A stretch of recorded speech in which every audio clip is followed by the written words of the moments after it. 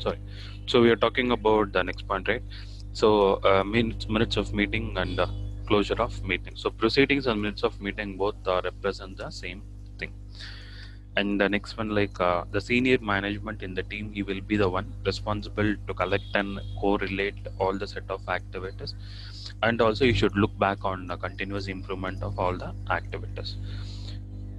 And the next one, like the senior management looks for patterns across all the closure reports to identify the common things, and the process team analyzes the contents of the closure reports. So these are the things which makes or which supports in improving or making an effective closure process.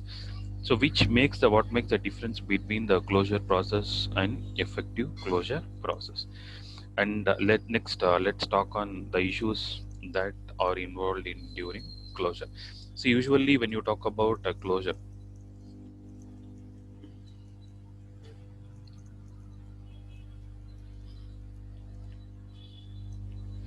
usually when we talk about a closure or set of activities that we talk about a closure. Just give me a minute. Okay. So when we talk about issues that are related to during closure, so the closure is also not an easy activity, as we call, like since we have completed our work, it is not easy to conclude and complete, right? So whatever the activities that we have done, in some way we should make sure that activity is done in the right manner. We should validate the things, right? So it is not that much easy to get the work activities get closed.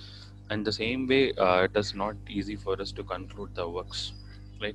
So instead of as the effort that we put in developing or designing, similarly we need to come out with the same efforts during the project closure, right? So let's start talking about the issues that are discussed in project closure. So the first issue, like so it is almost when what is mean as we call the closure is the closing of the project. Almost it is something like where you're going to get feedback, where you're going to feed back the knowledge acquired from the project into organizational knowledge repository, or it is something like where you need to address the answers for the followed questions. Almost here you can see some 10 to 12 questions. If you are able to answer all these 10 to 12 questions, almost your project will be successful at the end. So once if you make your project to be successful, and with your knowledge that you learned, with the technical skills that you gained from the work, so which made you to get trained on the exposure or platform. So all these are most important in resulting or coming out with a successful activity. So let us talk on few issues. So what were the goals that we set out to achieve? So how successful people are achieving their goals? And the first thing is to introspect this and the deliverability of it a project. So what kind of project has been delivered? Has it satisfied the customer requirements? And we need to evaluate the customer satisfaction. So based on the numbers, like so usually we need to have a feedback, right? For once if you have done with some set of activity, you will be given a result of feedback activities. So that will carry 5 points. So one will be a low, second will be moderate, and third will be good, fourth will be very good, and fifth will be excellent. Similarly, in this manner, whatever the requirements that we want to fulfill in our project, it should be get done, right? So it should be get done by the work. And the next thing, so what are the parameters that you use to evaluate even this feedback mechanism? So what are the feedback that you are collecting? So for that, what are the what kind of things that you are passing to a system?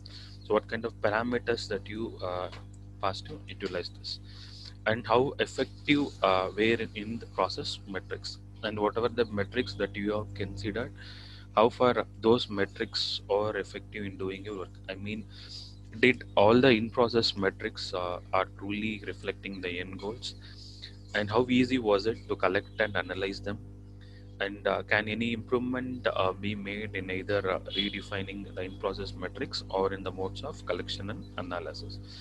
So this comes in the broad category of this and that. So whatever the in-process metrics that I have achieved,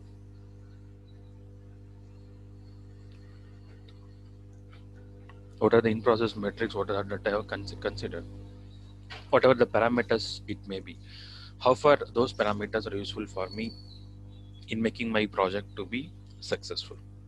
Okay, always we used our term like LOC, right? So lines of code. So when it is a software project, it is hardly most important for us to talk about these things. And next to that, you always will talk about like something called strength and weakness. Similarly, here we are talking about two terms. One is called overachievement and one is called underachievement.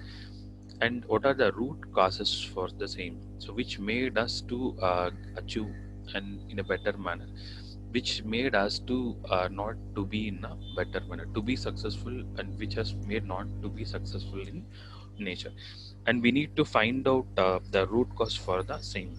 And is it the root cause will is it something like poor plan, or is our achievement that we have done is not that what we have planned?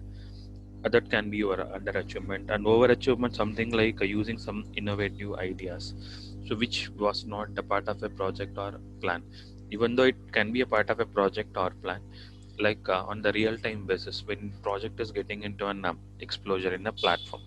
So if you're bringing that with a different idea or different knowledge, where the work will be more effective than what you have planned, so that will make the work to be over achievement. And was our estimation of size is the in the right ballpark. So we used to call the size of the work final product, right? So that size is measured in terms of LOC, I mean lines of code. Or some cases we used to have a term called function points. So it is called as LOC or function points. So this should be radical. This should be different from what is that originally we have estimated. So what originally we estimated, and alternatively we can have some appropriate parameters to tell us what kind of things that you're going to do with our things. For example, so you know the difference between the prediction and the actual one which has happened, right? So similarly, if you start doing a project, you may have some expectation like I should be in this position at the end, or I should reach this particular goal, or I should make my project to be in this level or to bring a successful outcome. It is almost similar to that type of work that we do. So we can't come out with the things like telling us that what kind of work that has been done can't be measured. Whatever the work that we do for a work for a project, or it can be a software or hardware, it can be of anything, the things should be always measurable, right? The things should be always measurable. Whatever the metrics, whatever the parameters that we consider should be always measurable. Okay, and here we have a few more things for discussion. I mean, still we have a few more questions for discussion, like other things like what was our estimation of effort, correct, and how accidentally we have done it, and what did we gain from the system. So all these things, let us talk in the next class. So we have one more class at 12 time, right? So during that time period, we shall talk about all the remaining things. So as of now, we have just covered only up to was our estimation of size in the right ball part. Okay.